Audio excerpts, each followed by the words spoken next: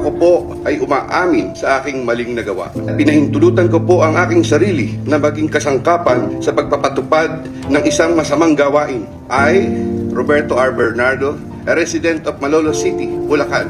My statements hereunder are based on personal knowledge and direct interactions with great risk to my safety and that of my family members. I confirm the following. Congressman Zaldico. Congressman Zaldico one time called me and wanted to confirm, paayos bang kausap si Engineer Alcantara?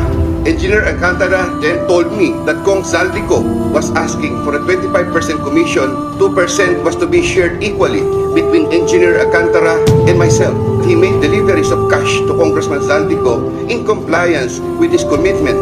Senator Chis Escudero. Maynard Ngu is a close friend and campaign contributor of Senator Chis Escudero. I personally submitted a list of projects to Maynard Ngu. I asked, Boss, okay na ba ang 20%? Maynard said, okay. After inclusion of the projects in the GAA, I delivered 20% of approximately 800 million or about 160 million, which was meant for Senator Escudero. Senator Ramon Bong Revilla. Sometime in the year 2024, Senator Revilla and I met where I gave him a list of projects given to me by Engineer Alcantara. Senator Revilla asked for a commitment, which I suggested.